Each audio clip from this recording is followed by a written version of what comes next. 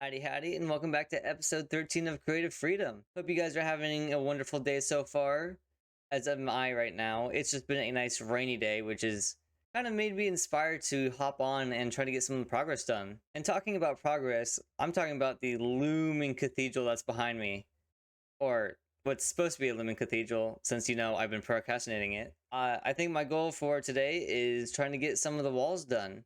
Actually, before we get started, I kind of want to take the time to appreciate all the work that's been done around here. I've been working at this for almost 500 hours now, which is just an insane number to think about. That it all started down at that little beach with the little red mushroom and has expanded out over this whole area, and I'm still planning to build more, like on that island down there. Hopefully that's where the happy gas will be. I'll make them that nice stable I was talking about, and then finishing up the cathedral, which will hopefully not look completely out of place. I'll try to add some structures around it to make it blend in a little bit more. But we still got a lot more to do and bigger plans to work on too. So I'll see you down on the ground and we'll start working on the cathedral. Let's first check this shulker monster over here and see if we have all the materials that we need.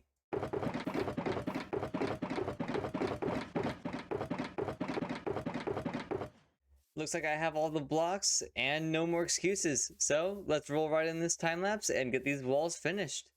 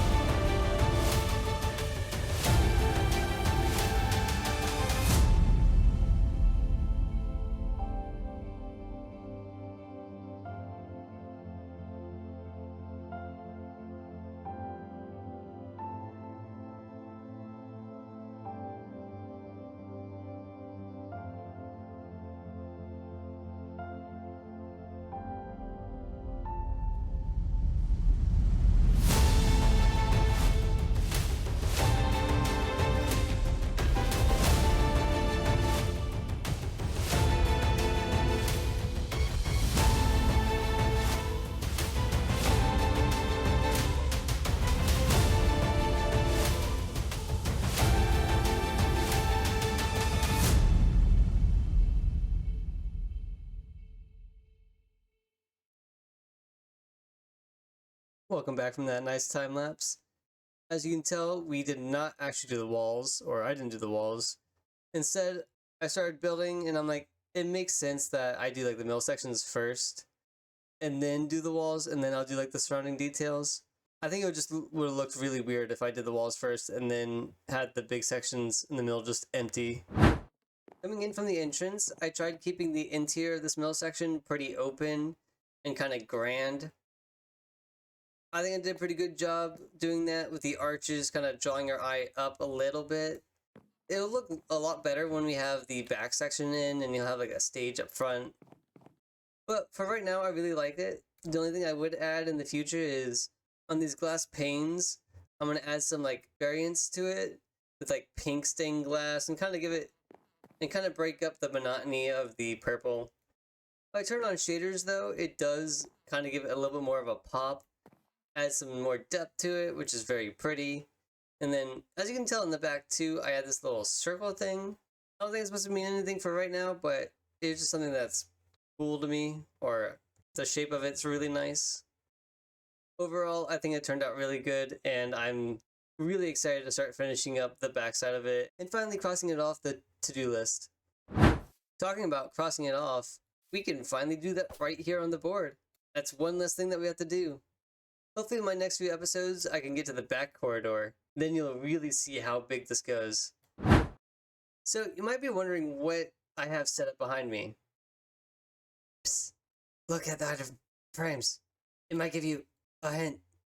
That's right. I'm going to try to get all the best armors and tools, full netherite, full enchants, all the enchants I need, and I'm going to try to get some cool armor trims with them. I've selected 4 different armor trims that are from 4 different locations.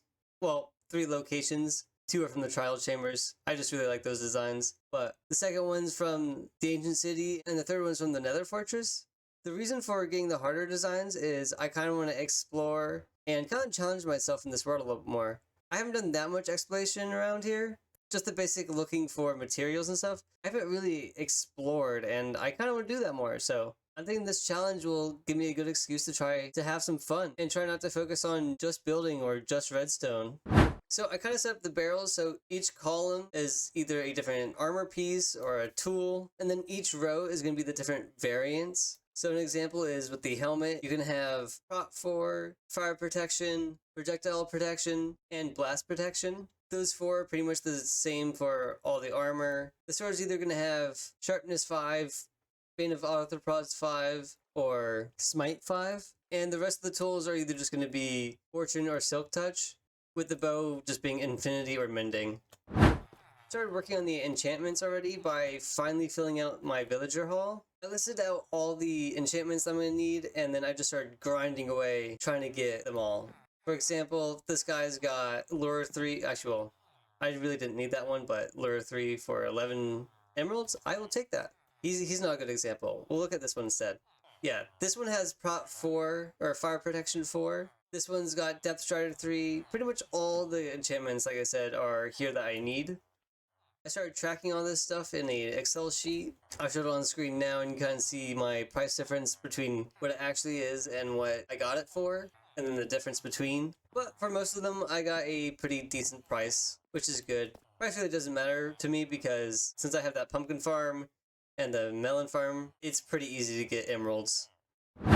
I guess we just start filling out these barrels with the armor piece and the tools it needs, because the netherite will come a little bit later. So I can just get started with that.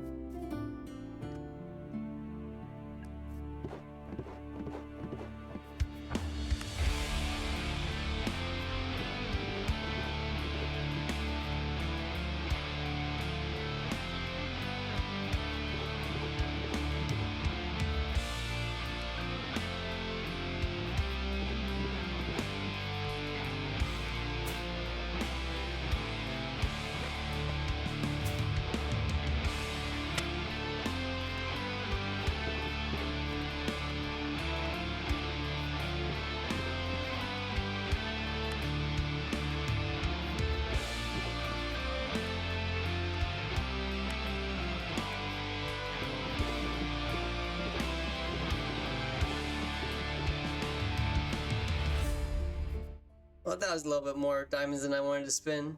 It was about 2 stacks and some change. What's really going to hurt next is, as you can tell, I only got about 10 netherite ingots, so we're going to have to go to the nether and get some. But before we do, I kind of want to change it up. Instead of manually mining, I'm going to try to make a flying machine and see if that'll work a little bit better. I hope it will. And to make a slime flying machine, I'm going to have to renovate my first slime farm. As you can tell, it's just one of those basic ones where it's just big cube with the iron golem. If I can, let me sneak up in front. Where is he? There he is. Where you just use an iron golem in the center, have some candles to do the light level thingy. No idea. I built this. So let's roll into a time lapse, and I'll show you guys the new slime farm at the very end of this.